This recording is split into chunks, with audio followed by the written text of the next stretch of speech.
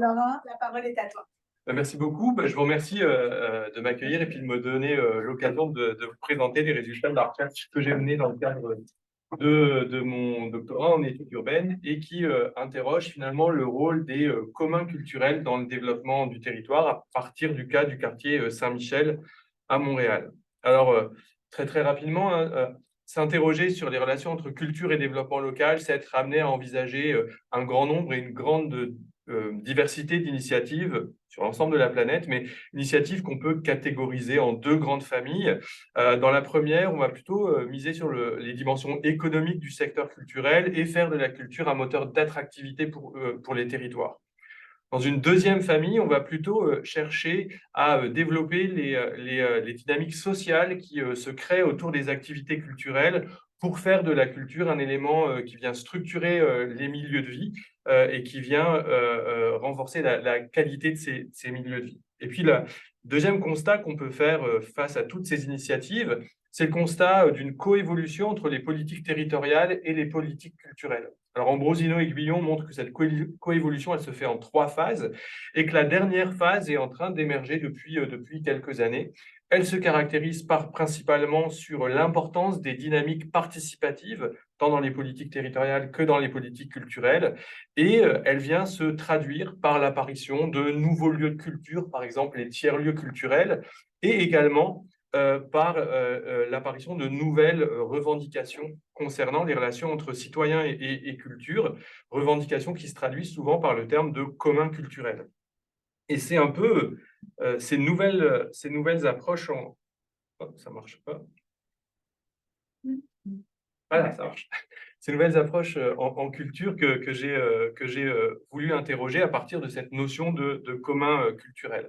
Alors, cette notion de commun, elle s'inscrit effectivement dans toutes les réflexions qui ont été mises en place et initiées par les travaux d'Elinor Ostrom, qui analysent en fait comment des communautés prennent en charge la gestion et puis la préservation de ressources principalement naturelles au début, et finalement instaurent des modes de gestion qui se font en dehors du marché, en dehors de la gestion publique, de l'État, et mode de gestion qui insiste finalement sur l'importance de l'usage de ces ressources par rapport à leur valeur marchande. Puis, au fil du temps, des ressources naturelles, on a élargi un peu le champ, et puis au courant des années 2000-2010, on a commencé à envisager que la culture pouvait donner naissance à des communs, donc des communs culturels, qui sont définis comme des modes de gouvernance communautaire qui permettent la création, la préservation, le partage et donc l'usage de ressources culturelles territoriales.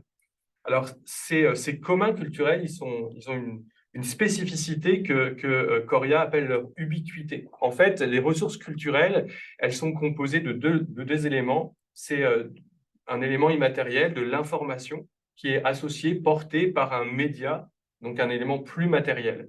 Et la mise en commun, le commoning, il peut se faire à la fois sur les dimensions matérielles, sur les dimensions immatérielles ou sur les deux en même temps. Alors, ces communs culturels, ils prennent des formes extrêmement variées. Ça peut être des lieux, des bâtiments, par exemple des ateliers d'artistes partagés. Ça peut être des équipements culturels qui sont gérés par des communautés. Ça peut être des espaces publics dans lesquels les communautés viennent mettre en place des activités culturelles. Puis ça peut être également des pratiques ou des savoir-faire. Alors, ce qui m'apparaissait intéressant, c'est que cette dynamique des communs qui fonctionnait sur des dynamiques ascendantes et participatives, elle présentait quelques affinités avec l'approche territoriale intégrée du développement local.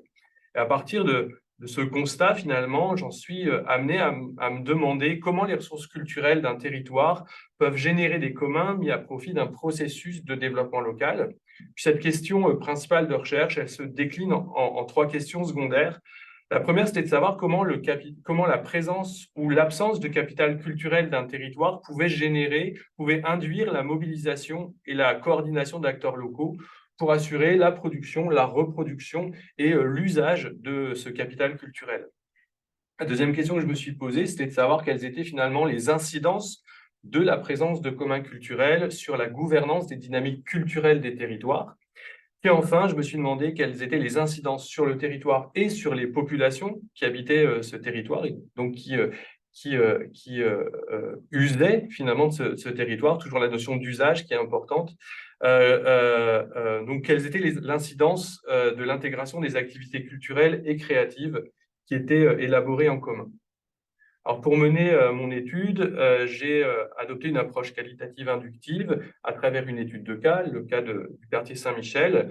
J'ai mobilisé différentes sources de données, des entrevues semi-dirigées, c'était la source principale, différents groupes de discussion qui m'ont permis de rencontrer et d'échanger avec 22 citoyens et citoyennes du quartier, une analyse documentaire à partir de documents et de sites internet des organismes du quartier, puis également une revue de presse. Et enfin, j'ai mobilisé différentes données statistiques de deux recensements, 2001-2021, et puis du registre des entreprises du Québec. Alors, pourquoi s'intéresser particulièrement au quartier Saint-Michel à Montréal? Le quartier Saint-Michel, c'est un quartier qui se situe au centre nord de l'île de Montréal, qui appartient à l'arrondissement Villeray-Saint-Michel-Parc-Extension. C'est un quartier dont le tissu urbain est fortement perturbé par divers éléments. Deux anciennes carrières de pierre, dont l'une, au cours de son histoire, a été transformée en dépotoir, en décharge à ciel ouvert, la plus grande en milieu urbain en Amérique du Nord. Donc, deux éléments perturbateurs. Troisième élément perturbateur, c'est la présence de l'autoroute A40 qui vient scinder le quartier en deux et qui contribue à l'enclavement de certains des milieux de vie du quartier. C'est un quartier qui abrite une population extrêmement diversifiée, plus de 60 communautés ethnoculturelles à Saint-Michel, et près d'un Michellois sur deux est une personne immigrante. Et puis, un quartier dont la population est confrontée à un certain nombre de difficultés socio-économiques, taux de chômage plus élevé que sur l'île de Montréal, salaire moyen, revenu moyen inférieur à ce qu'on trouve au niveau de la ville. Alors, le quartier est un quartier dans lequel se sont engagés un certain nombre de luttes contre les différents propriétaires des carrières. Puis ces luttes, elles ont conduit à faire émerger, à développer un milieu communautaire qui était extrêmement fort et qui, au fil du temps, a pris des habitudes extrêmement ancrées à collaborer, à travailler ensemble. Cette dynamique, elle se cristallise en 1991 avec la création de la table de quartier qui s'appelle Vivre Saint-Michel en santé. Dans les années 90, le quartier va connaître une bifurcation dans sa trajectoire. Cette bifurcation, elle est initiée à la fois par la volonté de transformer cette carrière de pierre qui était devenue une décharge et par l'installation à proximité de cette carrière du siège social du Cirque du Soleil.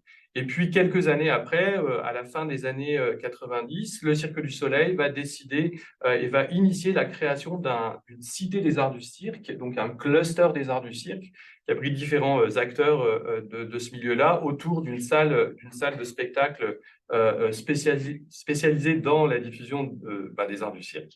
Et puis à partir de ce moment-là, installation du Cirque du Soleil, transformation du parc Frédéric Bach, création de la TOU, la culture va être envisagée par les acteurs locaux comme un levier potentiel dans la transformation du quartier. Malgré tout, début des années 2000, les populations de Saint-Michel continuent à connaître des difficultés socio-économiques, ce qui conduit les acteurs locaux regroupés au sein de VSMS à ouvrir un chantier de revitalisation urbaine et sociale, chantier qui va finalement s'adosser au principe de l'approche territoriale intégrée du développement local. Ça va se concrétiser par l'élaboration de 4 plans de quartier élaborés de manière concertée entre les acteurs locaux, 4 plans de quartier successifs.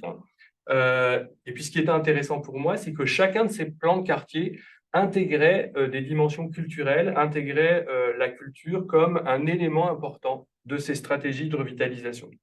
Ce qui a conduit finalement à la création d'une instance de concertation autour des dynamiques culturelles du quartier. Cette table de concertation en culture, ça a été finalement l'élément qui a été au cœur de ma recherche. Alors, pour lire l'action de cette table, j'ai mobilisé finalement une grille de lecture qui avait été élaborée par Elinor Ostrom pour analyser des communs articulés autour de ressources naturelles.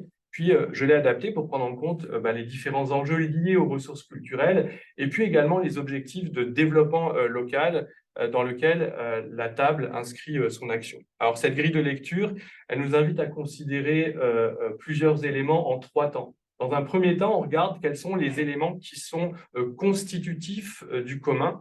Donc, dans mon cas, j'ai analysé le capital culturel du quartier, les communautés de pratique articulées autour de ce capital culturel et quelles institutions ces communautés ont mis en place pour gérer et créer des éléments de ce capital culturel. Par institution, j'entends un ensemble de règles.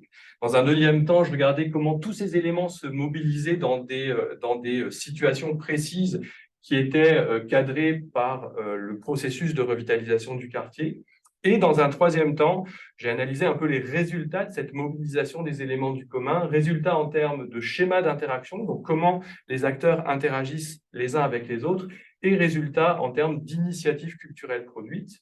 Et puis, dans un dernier temps, j'ai interrogé le rôle de tout cela et l'impact de tout cela dans le capital socio-territorial du quartier, qui est finalement l'ensemble des ressources tangibles et intangibles que le quartier peut mobiliser pour assurer le mieux-être de ses citoyens. Alors, la première étape dans l'enquête, ça a été justement de quantifier et de qualifier ce capital culturel territorial. Quantifier, c'était voir ce qu'il y avait sur le territoire en termes de culture. Qualifier, c'était essayer de cerner un peu le regard que portaient les acteurs locaux sur les éléments de ce capital culturel, parce que c'était en fonction de ce regard porté, finalement, qu'ils vont être amenés à mobiliser certains de ces éléments ou à ne pas les mobiliser dans un processus de revitalisation. Cette première phase était un tout petit peu déstabilisante parce que, en fonction des répondants, j'avais affaire à des perceptions extrêmement contrastées concernant la vie culturelle du quartier. Certains répondants allaient me parler de déficit culturel, des besoins immenses qui restent à combler dans le quartier. D'autres, au contraire, allaient insister sur la vitalité culturelle de Saint-Michel, allant même parfois à me parler de Saint-Michel comme du Brooklyn de Montréal. Puis ce qui était encore plus troublant, c'était que ces perceptions, elles pouvaient être positives et négatives, elles pouvaient être mobilisées ensemble par une même personne. Il y a un répondant qui me disait en culture à Saint-Michel, il y a beaucoup, mais en même temps, il y a peu. Donc c'était vraiment ambivalent. Et je me suis rendu compte avec l'analyse en fait, que cette ambivalence, elle était à rechercher dans la structuration un peu particulière de l'écosystème culturel du quartier. Écosystème qui est constitué en fait de 3 grands ensembles: le monde des organismes, le monde des individus et le monde de l'urbain, ensemble qui interagissent les uns avec les autres au sein d'un espace au centre duquel on va retrouver notre table de concertation en culture. Alors, pour vous parler rapidement de ces 3 mondes, le monde des organismes, en fait, c'est le monde le plus visible dans l'espace public, notamment en raison de la présence d'un certain nombre de grands équipements culturels qui vont rayonner dans le quartier, mais aussi au-delà des frontières du quartier. C'est l'ATOU, le Cirque du Soleil, le Centre des Arts de la Maison d'Haïti et la Bibliothèque de Saint-Michel. En dehors de ces 4 organismes, ce qu'il faut relever, c'est que les organismes qui participent à la vie culturelle de Saint-Michel, ils sont assez peu nombreux. J'en ai dénombré 58, ce qui est le nombre le plus faible des 3 quartiers qui composent l'arrondissement, Villeray, Saint-Michel et Parc Extension. Ce qui est intéressant à noter aussi dans ce monde des organismes, c'est le rôle extrêmement important que prennent des organismes qui sont un peu en marge du secteur culturel. Ce pas des organismes de création, mais des organismes qui vont développer des pratiques amateurs, des organismes communautaires qui, pour remplir leur mission sociale, vont mettre en place de manière pérenne des activités culturelles. Ça peut être également des organismes de formation et de francisation qui vont se servir de la culture, là aussi, dans leurs activités. Si on en vient au monde des individus, dans ce monde, j'ai regroupé les habitants et les habitantes de Saint-Michel en tant qu'agents culturels. Et cette position d'agent culturel, cette fonction d'agent culturel, elle m'invitait à les positionner sur un continuum qui va de la figure de l'habitant comme producteur de culture, comme artiste, à la figure de l'habitant comme, j'aime pas le mot, mais j'en ai pas trouvé d'autre, comme consommateur de culture.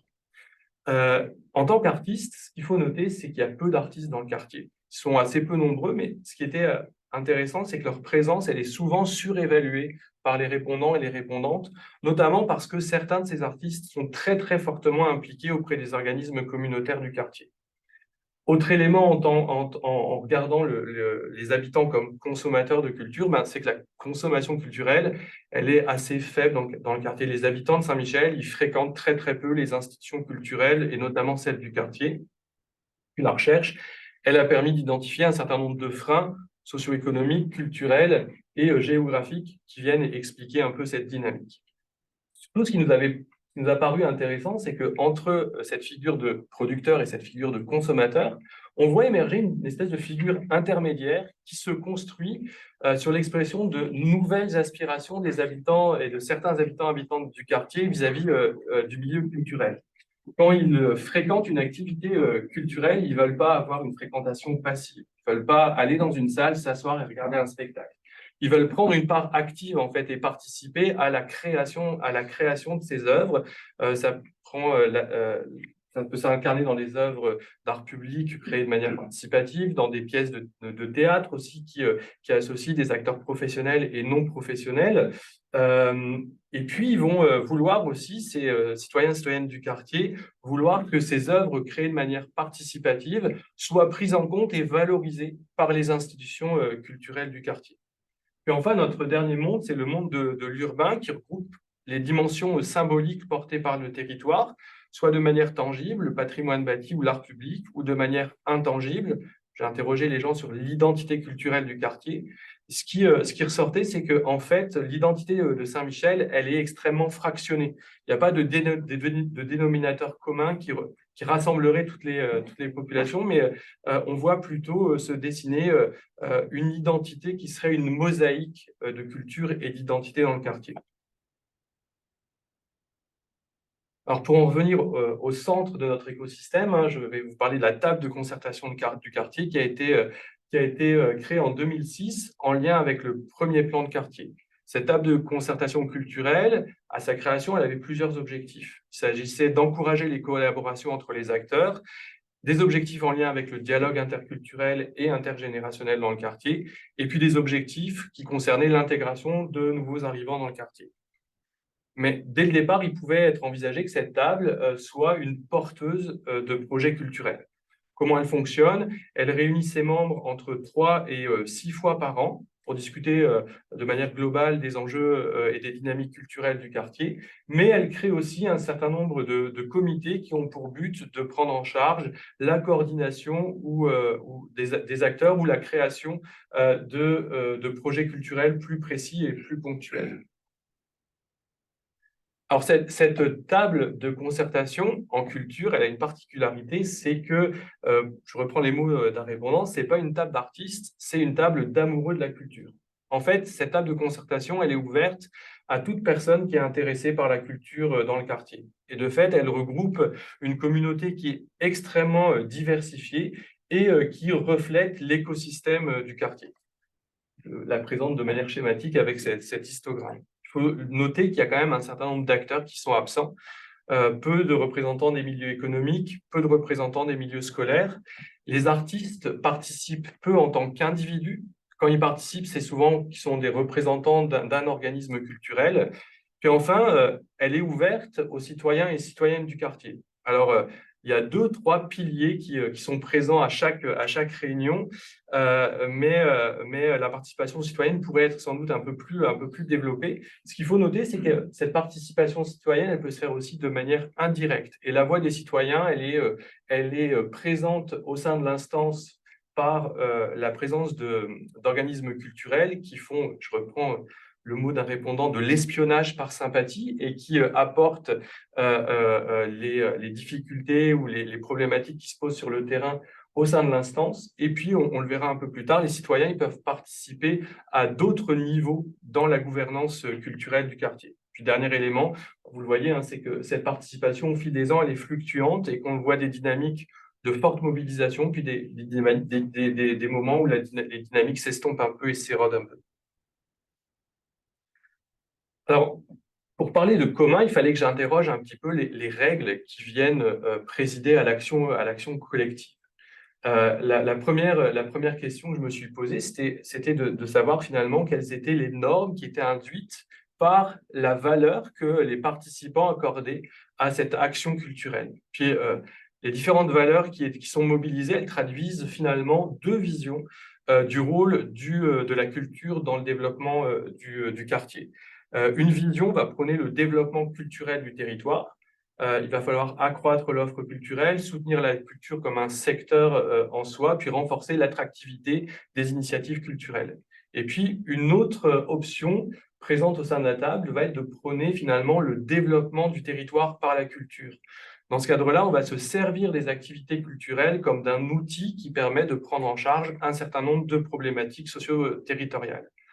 Entre ces deux visions, il y a cependant un dénominateur commun, c'est l'importance que les acteurs accordent à la relation entre la culture et le territoire. Finalement, à partir de ce dénominateur commun et au coup par coup, en fait, à chaque élaboration d'initiative, les acteurs vont procéder à une espèce de mise en hiérarchie, de mise comment dire, en ensemble de ces différentes valeurs. Ils fabriquent finalement un équilibre des valeurs. Cette fabrique de l'équilibre, elle se fait selon plusieurs modalités, par le plan de quartier, qui vient donner un cadre général et insister sur certains éléments importants. Ça se fait par le dialogue et la concertation au sein de la table. Ça se fait par la pratique. On engage une activité culturelle, on ne réfléchit pas trop à ce qu'on veut y mettre en termes de vision, mais les choses se font de manière un peu organique là, au fil du travail. Puis ça se fait également de manière plus subtile par la transformation des organismes qui participent. Au fil du temps, les organismes communautaires vont mobiliser la culture et intégrer la culture dans leur boîte à outils d'organismes communautaires. Et puis, notamment via la médiation culturelle, les organismes culturels vont prendre en compte dans leur réflexion et dans leur travail de création les besoins des habitants. Ce qui aboutit finalement à observer à la fois un tournant culturel des organismes communautaires et un tournant communautaire des organismes culturels. Lire les règles qui président l'action collective au sein de cette table, c'est un peu compliqué parce que ces règles, elles sont souvent peu formalisées et elles vont varier de manière assez extrême en fonction des contextes. Ce que j'ai pu observer, c'est qu'au sein de cette table de concertation, finalement, on procède à une espèce de bricolage institutionnel en mobilisant des règles qui viennent de plusieurs niveaux. Au niveau exogène, on a des règles imposées qui émanent souvent des bailleurs de fonds, qui sont souvent plus formelles, mais j'ai pu observer des processus de subversion qui permettaient de détourner un peu ces règles. On pourra en venir si vous le voulez.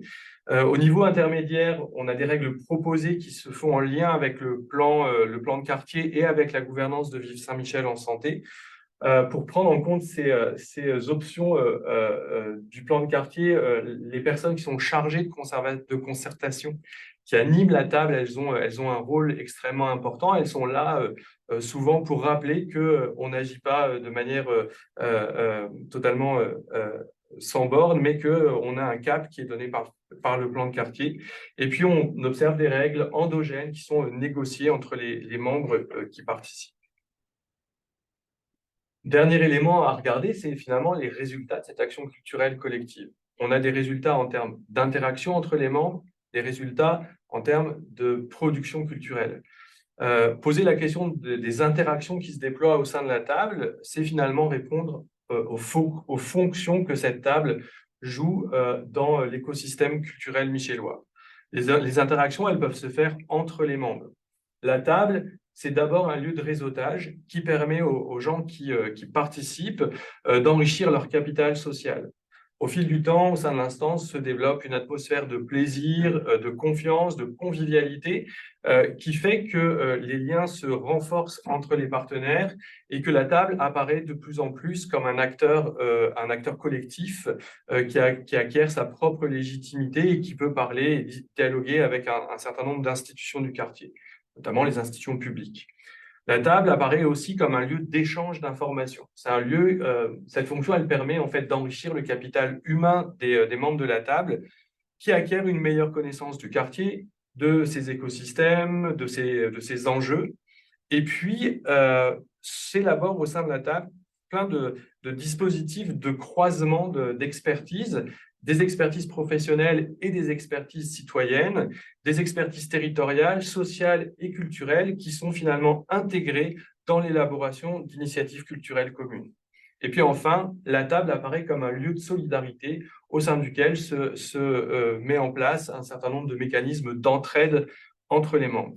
Alors autour des projets, le rôle de la table est parfois un petit peu difficile à définir parce que quand on parle d'une initiative à un membre, il va vous dire ça, c'est une initiative de la table et qui représente bien ce qu'on fait. Vous allez parler de la même initiative à un autre répondant, il va dire non, non, ça, c'est pas une initiative de la table. En fait, cette différence de lecture, elle vient du fait que la table, elle joue aussi différentes fonctions dans la production de projets culturels. En premier lieu, c'est un terreau.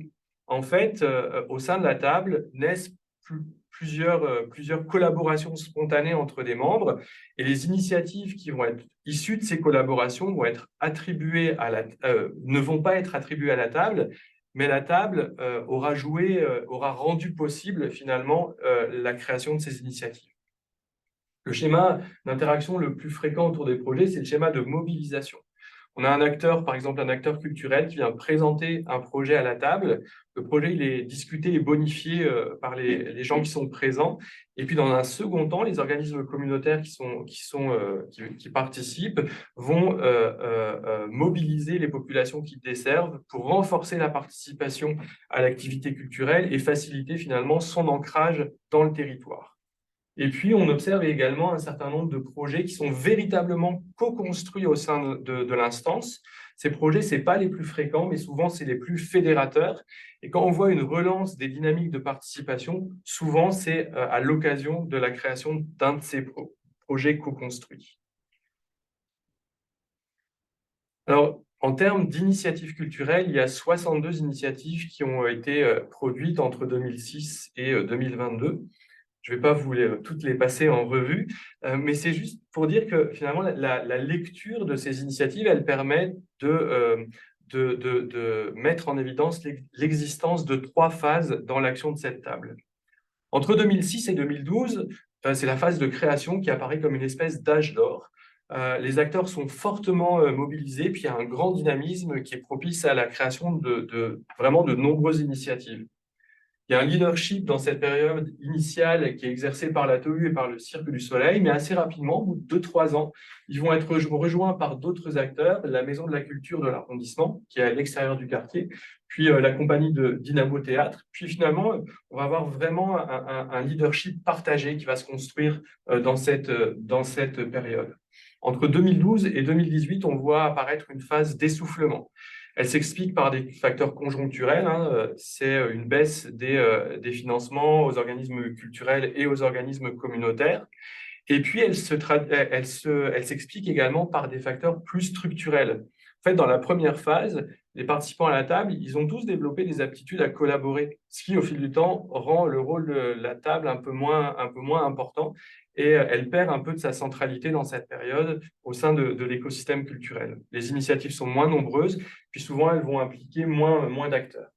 Puis, entre 2018 et 2022, on observe une phase de renouveau qui est caractérisée par l'arrivée de nouveaux acteurs, l'élaboration d'un nouveau plan de quartier, un financement assez important qui arrive, qui est le financement Impact Collectif de Centraide. Puis il faut noter aussi le rôle que vient jouer la pandémie dans le resserrement des dynamiques de collaboration et de solidarité entre les acteurs. Je vais discuter de 3 petits points rapidement pour conclure. Premier point de discussion, c'est d'interroger les effets de cette action culturelle collective sur le territoire. Ce qu'il faut noter, c'est que ces effets ils sont importants, mais souvent ils se produisent à des échelles assez petites. Des individus qui fréquentent un organisme communautaire, certains espaces du quartier. Néanmoins, on observe des effets sur les composantes culturelles du capital socio-territorial, un accroissement de l'offre culturelle, le soutien des artistes locaux. La culture n'est plus contingentée autour des équipements culturels du quartier, mais vient se déployer au cœur des différents milieux de vie de Saint-Michel, ce que j'appelle l'occupation culturelle du territoire. Une importance qui est accordée à la médiation culturelle dans un objectif de démocratisation de la culture, mais aussi de démocratie culturelle. on vient essayer de faire passer le citoyen, la citoyenne, une situation de consommation culturelle à une situation d'exercice de sa citoyenneté culturelle, et la culture devient un outil qui permet aux habitants du quartier d'exprimer leurs aspirations. Ça devient un outil d'empowerment. Et puis, on voit aussi une évolution des institutions culturelles qui développent des mécanismes d'accompagnement des communautés dans cet exercice de la citoyenneté culturelle. Au niveau des composantes sociales du capital socio-territorial, il y a un mantra qui est dit souvent par les acteurs qui répètent la culture, c'est l'ADN de Saint-Michel. Évidemment, ils ne veulent pas dire que Saint-Michel, c'est le quartier le plus dynamique en termes de culture de l'île de Montréal. Ce qu'ils veulent dire, c'est qu'il y a une spécificité dans l'appréhension de la culture par les gens du quartier. La culture, elle est utilisée comme un outil d'intervention socio-territoriale. On développe une habitude de trouver des solutions culturelles à des problématiques plus sociales. Le Covid, l'intégration, la violence dans certains endroits du quartier. Finalement, cette action de la table, elle vient renforcer les liens sociaux dans le quartier dans une dynamique interculturelle et intergénérationnelle. Elle renforce aussi, et ce qui est important dans une dynamique, dans un processus de revitalisation urbaine intégrée, elle vient renforcer la capacité des acteurs à collaborer ensemble à partir d'horizons divers sur des thématiques communes. Puis, sur les composantes physiques du capital socio-territorial, on voit que la culture contribue à transformer les relations entre les habitants et le territoire. Il y a certains lieux marginalisés du quartier qui ont été réappropriés, qui changent d'usage au fil du temps. Puis un rôle important qui est accordé aux œuvres d'art public élaborées dans des démarches participatives qui permettent aux citoyens du quartier de s'approprier les dimensions symboliques de cet espace public et d'y projeter leurs aspirations, leurs rêves, ce qui crée un sentiment de fierté et d'appartenance. Très rapidement, une lecture théorique par les communs de l'action de cette table, 5 minutes. La question que je me posais, les communs ne sont pas revendiqués comme un paradigme d'action par les participants. La question que je me posais, c'était donc de savoir si on pouvait avoir commun sans conscience des communs. Alors, la littérature, elle nous invite à répondre oui à cette question. Dardo et Laval précisent qu'avant d'être une approche idéologique, les communs, c'est surtout une pratique. Et Nicolas Lestrade nous dit que la recherche, souvent, a pour but de révéler le caractère communaliste commun de ces pratiques autour d'un certain nombre de ressources. On peut voir du commun à propos de notre table, si on s'inscrit dans une approche politique du commun. On voit que l'action de cette table, elle se déploie dans la continuité d'un certain nombre de luttes avec un caractère politique fortement affirmé, qu'elle vient subvertir une première approche de l'utilisation de la culture dans le quartier, qui est une approche plus néolibérale, où on va viser l'attractivité du quartier, notamment par l'implantation du Cirque du Soleil. Et puis, alors que dans la majeure partie des cas analysés dans la littérature, la création de communs, ça se fait dans une crise qui aboutit ou qui se traduit par la privatisation d'un équipement culturel ou par la menace de destruction d'un élément patrimonial. On ne voit pas cette dimension oppositionnelle dans le cas de Saint-Michel. Le commun, il se déploie plutôt dans les espaces délaissés par l'action publique et par le marché. Et on peut parler à propos de la table d'un commun interstitiel. Puis si on se place dans une approche plus institutionnaliste, on a une petite difficulté à lire le commun à Saint-Michel en raison de la variété des ressources qui sont mobilisées dans le processus de mise en commun. Les ressources culturelles, c'est le point de départ, mais au sein du processus apparaissent des ressources en termes d'expertise détenues par les membres, et puis certains répondants et répondantes vont parler de cette aptitude à co-créer des activités culturelles comme également une ressource mise à profit de ce commun culturel, qu'on peut lire finalement comme un commun environnement. Ça, c'était une proposition de Madison à propos de l'université, un environnement qui regroupe plusieurs éléments et qui viennent se cristalliser à certains moments et rendre plus visible cette dynamique de mise en commun. Et c'est effectivement ce qu'on observe à Saint-Michel. Puis, le dernier point, puis là, je vais vraiment passer très rapidement, c'est qu'à partir de la table, on peut lire la gouvernance culturelle du quartier comme une gouvernance polycentrique, c'est-à-dire dans laquelle on observe de nombreux centres de décision indépendants les uns des autres, mais qui fonctionnent de manière cohérente. La gouvernance du culturel de Saint-Michel, elle s'articule en 3 niveaux. un niveau stratégique dans lequel sont prises les grandes orientations culturelles du quartier, un niveau décisionnel dans lequel sont élaborées les initiatives culturelles et au cœur duquel on trouve notre table de concertation, et puis un niveau opérationnel dans lequel on met en place ces activités culturelles. Ce qui est intéressant de noter, c'est que la participation citoyenne, elle est possible avec des modalités différentes à chacun de ces niveaux et vient finalement la gouvernance polycentrique du quartier vient faciliter l'exercice de la citoyenneté culturelle des habitants du quartier. Puis enfin, en constatant la présence de plusieurs communs de niveau 1 autour d'activités plus ciblées ou par la présence d'organismes et d'entreprises d'économie sociale et culturelle, on peut lire également cette gouvernance comme une fédération de communs culturels sur le territoire. Alors, pour conclure, je dirais que finalement, en croisant la perspective des communs et l'approche intégrée du développement local, ma recherche, elle illustre l'apport de la culture dans des approches émergentes de développement qui ne visent plus la croissance économique et l'attractivité des territoires, mais mettent en avant l'usage du territoire par les populations qui y vivent et la qualité des milieux de vie. J'ai montré comment, via une transformation des relations entre culture, habitants et territoire, et une remise en question des hiérarchies qui sont attachées à une conception moderne de la culture, dans lesquelles seulement sont impliqués les artistes, la culture devenait un vecteur d'attachement et de fierté territoriale et pouvait être saisie par une grande variété d'acteurs pour répondre à des problématiques socio-territoriales extrêmement diverses.